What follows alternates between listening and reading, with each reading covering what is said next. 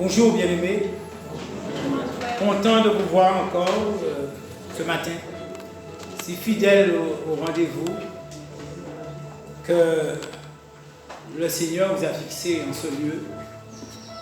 Je bénis Dieu pour tous ceux qui, sur toute la surface de la terre, sont fidèles au rendez-vous que Dieu fixe à ses enfants. En effet, Dieu fixe des rendez-vous réguliers à ses enfants pour leur faire du bien, pour mettre les choses au point, pour faire en quelque sorte un débriefing sur les choses que nous avons vécues, mais aussi pour faire un briefing sur les choses que nous aurons à faire. Parce que Dieu veut que nous puissions aller de progrès en progrès, en toutes choses. Dieu veut que nous puissions progresser, travailler de mieux en mieux dans le Seigneur, mais aussi aimer Dieu de mieux en mieux. Alléluia. Dieu veut que nous puissions nous fortifier dans sa parole, afin que nos progrès, béni soit l'Éternel, soient évidents pour tous. Amen. Non seulement pour les autres enfants de la même famille de Dieu, mais pour le monde. Le monde a besoin de voir et d'entendre l'Évangile, et à travers notre conduite, à travers nos paroles, à travers nos réactions, à travers notre amour aussi que nous manifestons. Et cet amour que Dieu a versé dans nos cœurs, c'est non seulement pour les nôtres, pour nos proches, mais aussi pour tous ceux qui sont, béni soit l'Éternel, en panne d'amour dans ce monde. Alléluia. Amen. Et c'est nous que Dieu choisit. Mais pour cela, il faut que le Seigneur nous fixe des rendez-vous quotidiennement, mais dans le cas qui nous occupe, de manière hebdomadaire, pour que nous puissions faire le point et aller plus loin, et relever de nouveaux défis, affronter de nouveaux challenges, parce que Dieu a des challenges pour nous, des challenges qu'il a réservés pour les héros de sa colère. Que Dieu donc nous bénisse et que vous soyez encouragés par cette démarche que vous avez fait aujourd'hui, de venir, d'être là, à l'écoute de votre Dieu, de votre Père, de votre Seigneur, de votre Sauveur. Le titre de notre méditation, ceux qui prennent des notes, il est toujours bon de prendre des notes. C'est une habitude à prendre, même si c'est le titre seulement. Prenez des notes, prenez cette habitude de prendre un petit mot, parce que les paroles s'en vont tellement. Et puis il y en a un qui est là pour enlever ce qui a été semé. Il y a aussi les soucis du monde auxquels nous sommes tous confrontés. Et les soucis du monde, ils ont cette faculté d'occulter la parole, l'efficacité de la parole. Nous sommes distraits parce que nous pensons à nos moutons, à nos cabris, à nos etc. À notre retraite qui arrive bientôt, etc. Et ça fait que, eh bien, nous oublions facilement cette parole. C'est pour cela que je vous invite, et je vous inviterai encore toujours à prendre des notes, à écrire un petit mot, ne serait-ce que le titre, ou encore quelques versets, juste les références. Mais ceux qui sont quand même plus aguerris, à prendre des notes simplement de différentes parties qui ont été soulignées. Le titre, donc je disais, c'est la première loi de la moisson. La première loi de la moisson. Parce qu'en fait, il y a 7 lois pour la moisson qui sont dans la Bible. Il m'est arrivé, il me semble que c'est ici, de parler des 7 lois de la moisson.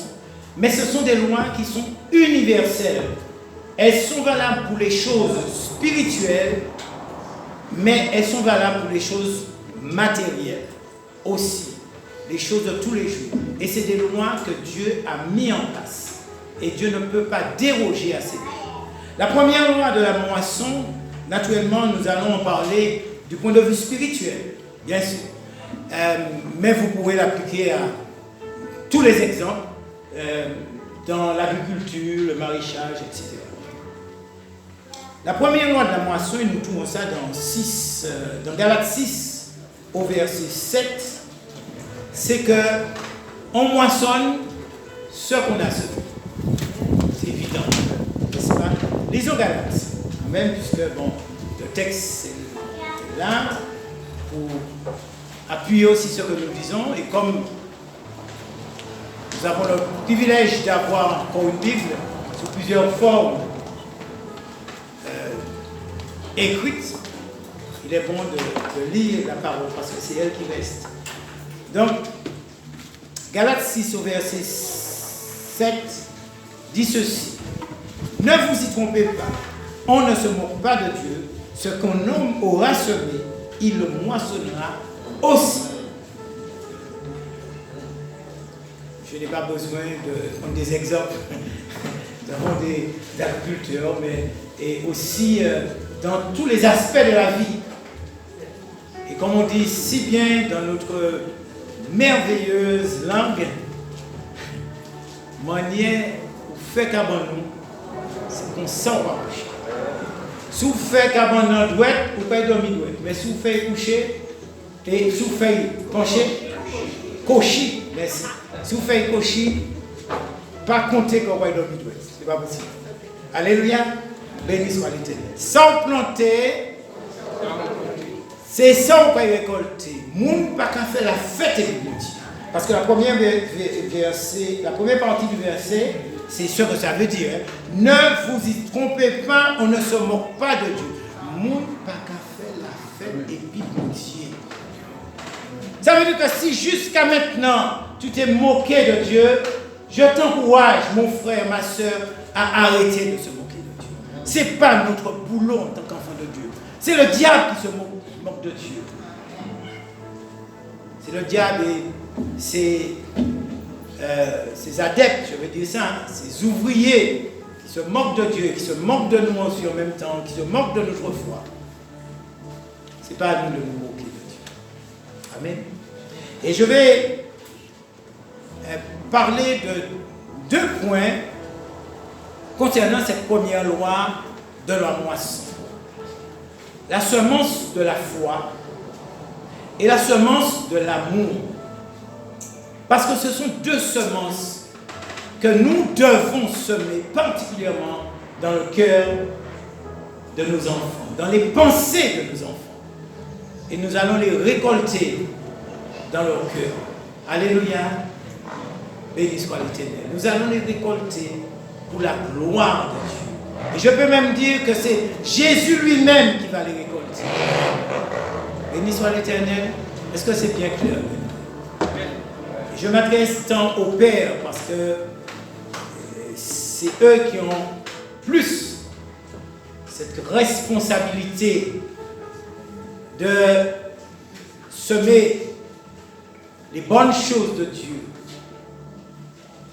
Et notamment, pour ce qui nous concerne aujourd'hui, la foi et l'amour dans le cœur, dans les pensées de leurs enfants, mais aussi, je m'adresse aux mères qui doivent, loin de, je dirais, de faire le contraire, de neutraliser, de combattre le travail des pères, le ministère des pères, loin de ne rien faire quand le père est défaillant, mais qu'ils doivent associer leurs efforts aux efforts du père et, s'il le faut, si c'est nécessaire, qu'ils doivent aussi faire assumer ce ministère. Alléluia. Sachant que notre Père à tous, le Père des orphelins, c'est Dieu lui-même. Et il sera communiqué à la mère comment faire. Parce que le Seigneur, il le fait tellement bien. Dieu le fait tellement bien. Et c'est ce qu'il a fait dans mon cœur. Et je crois aussi dans vos cœurs. Il a semé la foi. Il a semé une semence de foi. Béni soit l'Éternel dans mon cœur. Il a semé une semence d'amour dans mon cœur. Alléluia. Je ne vais pas parler ici de mon témoignage, le temps serait trop court, mais c'est vraiment Dieu venu de ma misère, de ma stupidité aussi, semer dans mon orgueil, semer cette semence de foi et cette semence d'amour, et qui jaillira jusque dans la vie éternelle. Et donc vous êtes les premiers à bénéficier. Alléluia. Enfin, pas les premiers, parce que je transmets à tous ceux qui vivent, tous ceux qui est une âme, tous ceux que je rencontre, je transmets cette foi qui a mûri et cet amour. Ma prière pour vous qui m'écoutez en cet instant, c'est que vous puissiez être les imitateurs de Dieu et faire comme moi. Puisque par la grâce de Dieu, je suis devenu son imitateur. Que Dieu nous bénisse et nous fasse bien. La semence de la foi, pour avoir une base, on va dire, biblique, étayée, et aussi pour vous donner un rappel, parce qu'il est bon que nous puissions avoir des éléments dans la Bible qui nous rappellent ce que nous avons entendu. Alléluia. C'est dans Luc, au chapitre 18, verset 1 à 8. Je vais lire avec vous. Je vous invite encore une fois de plus à ouvrir votre Bible. C'est vrai, c'est une très bonne chose, parce que nous avons le vidéoprojecteur, mais quand on peut lire la Bible, c'est bien. Ça, c'est un plus, un additif. Mais c'est plus excellent. Dieu lui-même vous permettra de comprendre pourquoi je dis ces choses. Luc, Luc au chapitre 18,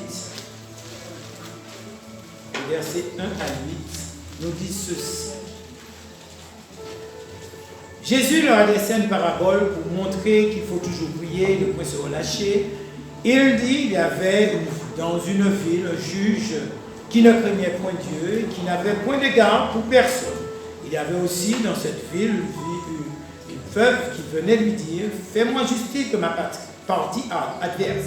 Pendant longtemps, il refusa, mais ensuite il dit en lui-même, quoique je ne craigne point Dieu et que je n'ai point égard pour personne, néanmoins, parce que cette veuve m'importune, je lui ferai justice, afin qu'elle ne vienne pas sans cesse me casser la tête. Le Seigneur ajouta, entendez ce que dit le juge unique.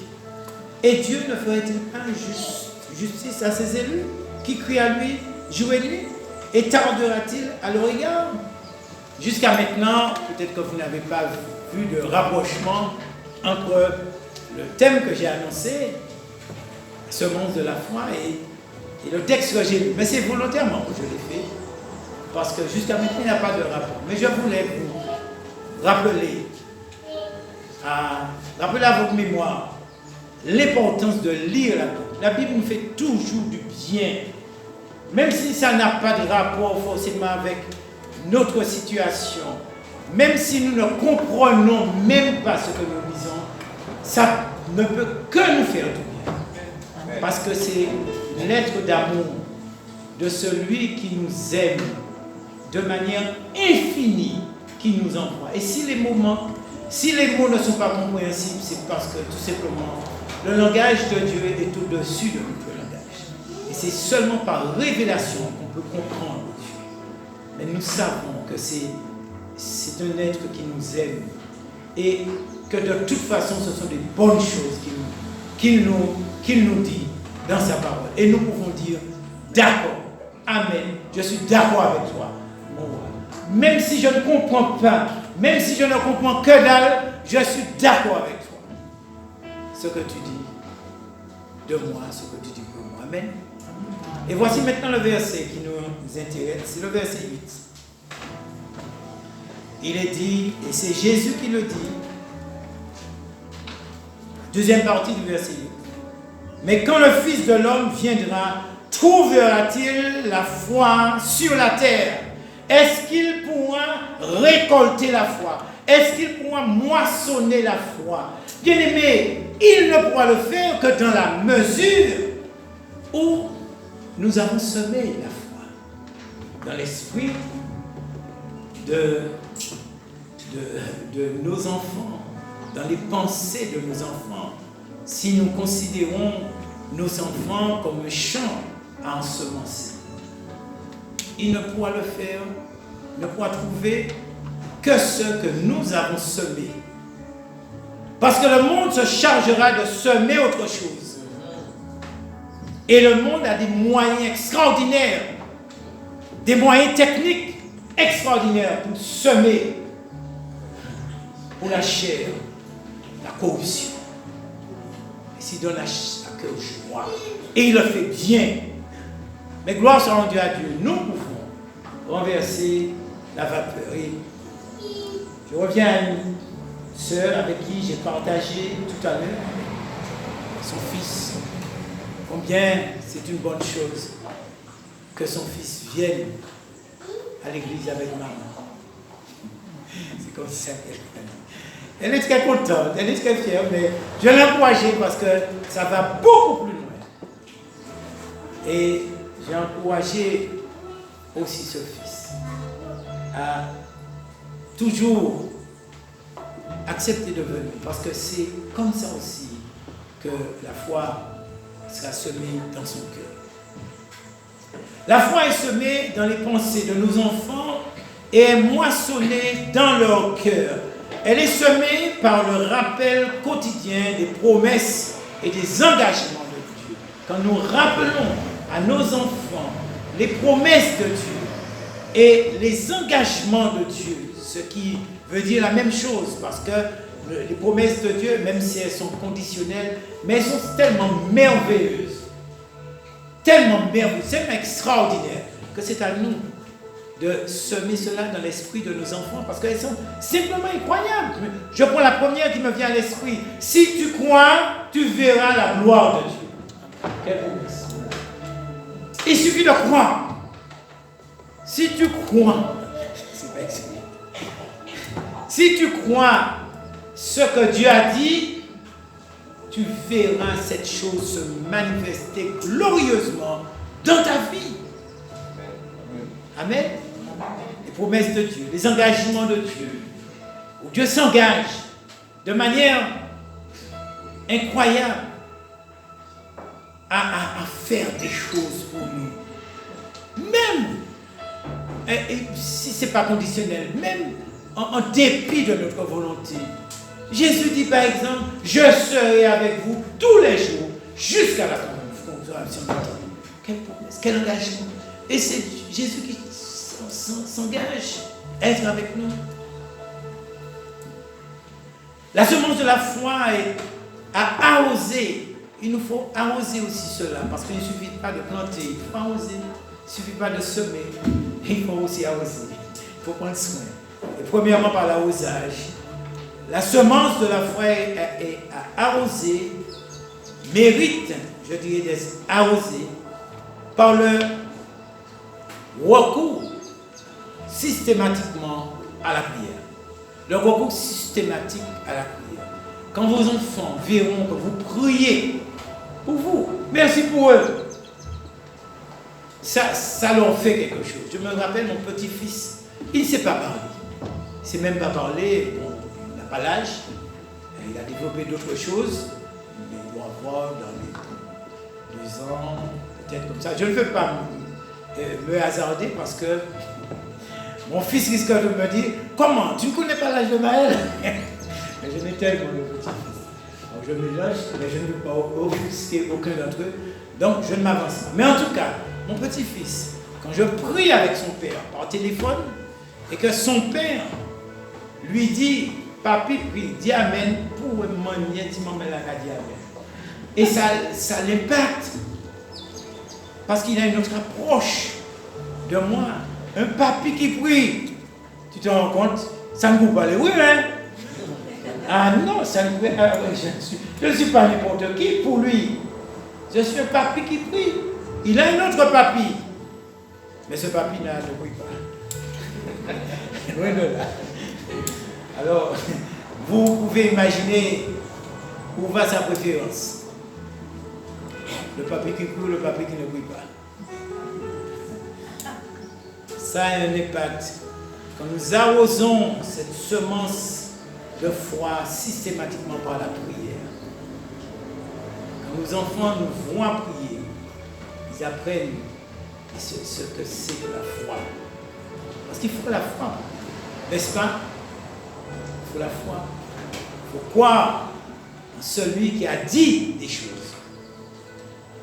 En celui qui a dit, venez à moi, vous qui êtes fatigués et qui êtes chargés.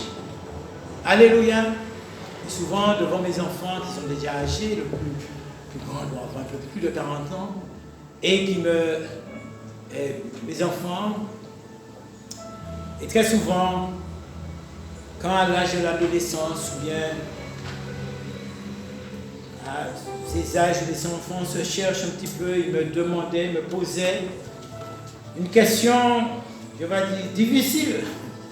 Papa, est-ce que je peux aller à tel endroit? L'endroit où ils savent que je ne vais pas. Je leur disais simplement, je vais prier pour ça. Et je vais vous dire. Et je prenais un temps pour prier. Je leur disais même, ne me dites pas du jour au lendemain. Ne me dites pas comme si vous ne me laissez pas le temps de prier, parce que ce sera non de toute façon. Si je n'ai pas le temps de prier, ce sera non. Et ils me laissaient. Ils me disaient, je te dis ça pour prier.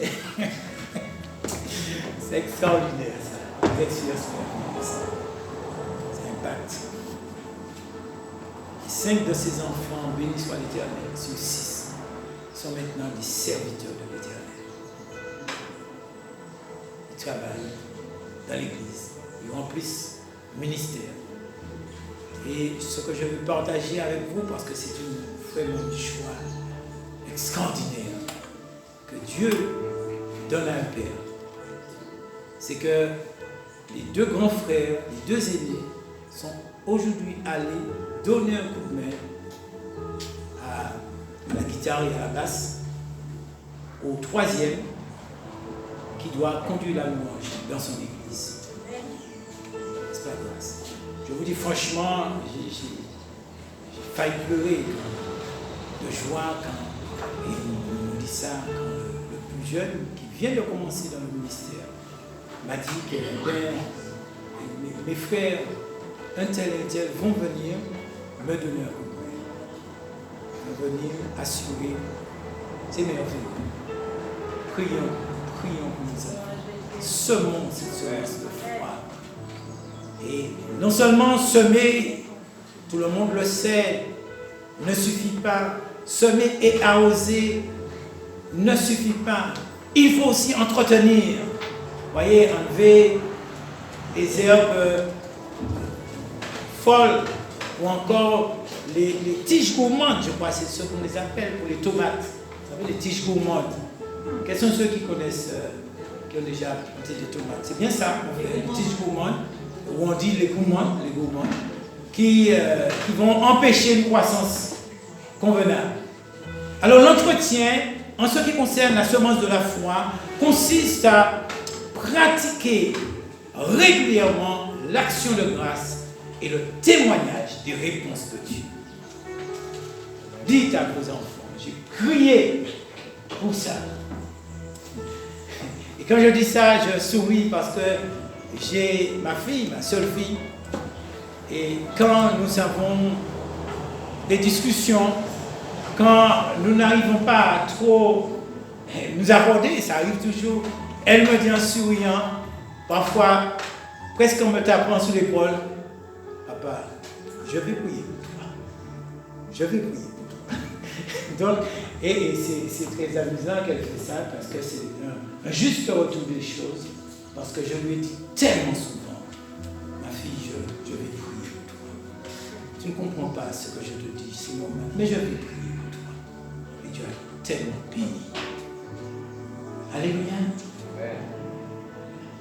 La semence de l'amour, par contre, est aussi à semer, et c'est vrai, nous avons d'autres semences à semer dans les pensées de nos enfants, mais plaise à Dieu qu'aujourd'hui, je focalise un petit peu sur ces 2 semences, et vous verrez vous-même dans quel domaine cet enseignement serait bon à appliquer. Donc pour la semence de l'amour, Nous ouvrons notre Bible. Il faut ouvrir la Bible le plus souvent possible. La laisser fermer le moins souvent. Nous ouvrons notre Bible dans Matthieu, au chapitre, dans l'évangile de Matthieu, c'est bien ça, au chapitre 24. Et je lis 2 versets cette fois-ci, qui entrent, 3 versets qui entrent directement dans le sujet. Je ne vais pas vous faire le coup de lire toute la Bible et puis vous laisser sur votre soif. Matthieu 24, versets 10 à 12. C'est 3 versets qui disent ceci.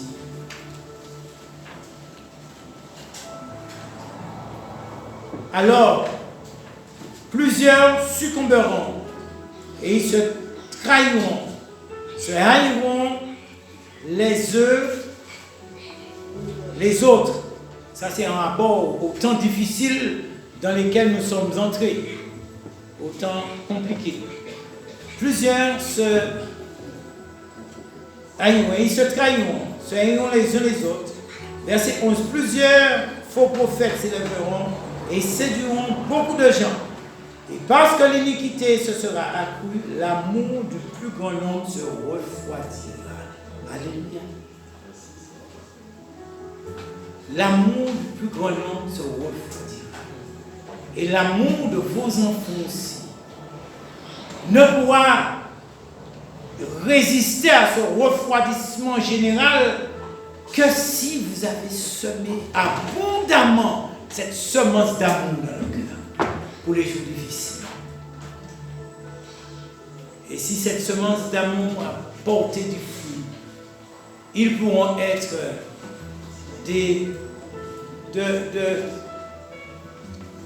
du nombre, je dirais, des rescapés. Quand ce froid glacial tombera sur nous, même sur l'Église. Dieu donc nous bénisse. La semence d'amour est à semer. Nous devons la semer. Nous pouvons la semer en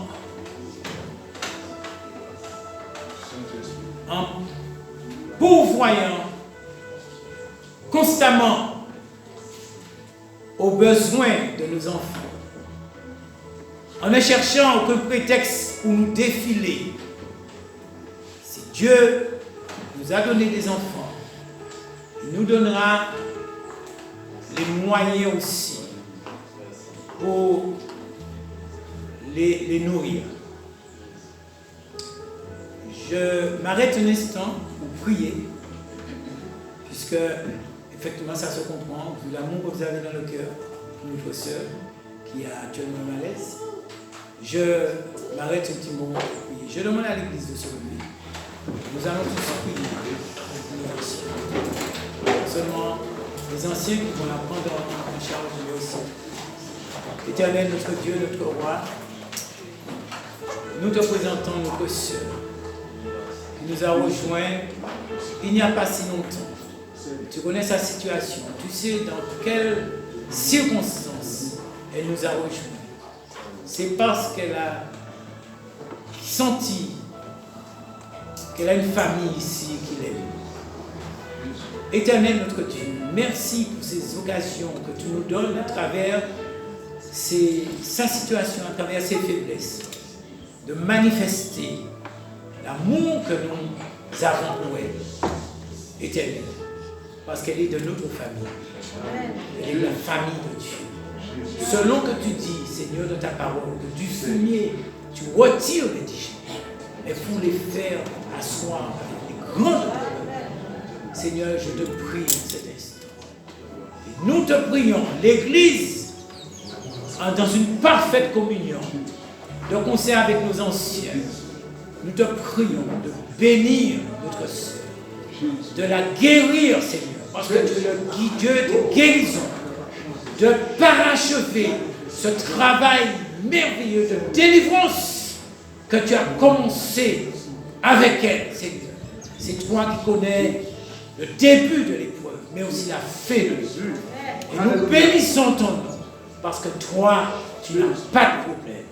Et nous pouvons confesser que notre Seigneur n'a pas de problème et que l'Église n'a pas de problème. Si tu nous l'as envoyé ici, Éternel, ce n'est pas pour que ce soit un sujet de préoccupation, ni de discussion, ni de condamnation, ni de justification, mais pour que ce soit pour nous un sujet d'intercession, afin que la victoire que tu remportes dans sa vie soit pour la gloire et que ce soit une victoire que nous remportons tous. Sois loué et béni, au nom de Jésus. Alléluia. Nous pouvons nous asseoir et vous comprenez bien et vous m'accordez quand même cette liberté de pouvoir